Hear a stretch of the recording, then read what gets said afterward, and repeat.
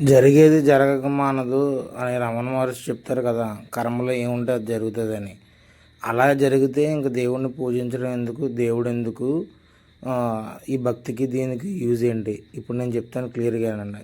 గౌతమ్ బుద్ధ ఏం చెప్పాడంటే, first year అంటే ఇప్పుడు ఒకడు బాణం వేశాడు మన మీద, మనం ఒక వ్యక్తి మీద వేసాడు బాణం, తగిలింది. అది కర్మ, కొట్టే దెబ్బ.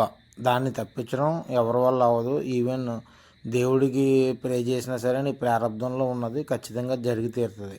బట్ ఆ బాణం తగిలాక నాకు బాణం తగిలిందే, ఎందుకు తగిలింది ఏంటి అని ఆలోచించి ఆ బాణంతోనే నువ్వు బాధపడుతూ ఉన్నావు అనుకో, అది రెండో యారో అవుద్ది అన్నమాట. దానిని మనం ఆధ్యాత్మిక మార్గంలో దేవుణ్ణి పూజించి ఈ స్పిరిచువాలిటీని ఫాలో అవుతే మనం ఆ రెండో యారో నుంచి తప్పించుకున్న వాళ్ళు అవుతాం. కర్మకి రెండు యాంగిల్స్ ఉంటాయి. ఒకరికి పిల్లలు పుట్టలేదు, నాకు పుట్టట్లేదు అని జీవితాంతం బాధపడితే అది సెకండ్ యారో. పిల్లలు లేకపోవడం అనేది ఫస్ట్ యారో.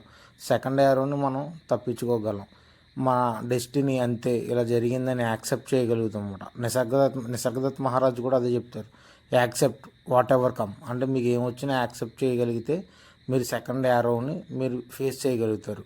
ఆ సెకండ్ యారోని మీరు ఫేస్ చేసేంత మెంటల్ రెసిలియన్స్ రావాలంటే మీరు దేవుడికి పూజించడం కానీ, ఈ మెడిటేషన్ లాంటి పాత్స్ కానీ సాధన చేస్తే మీరు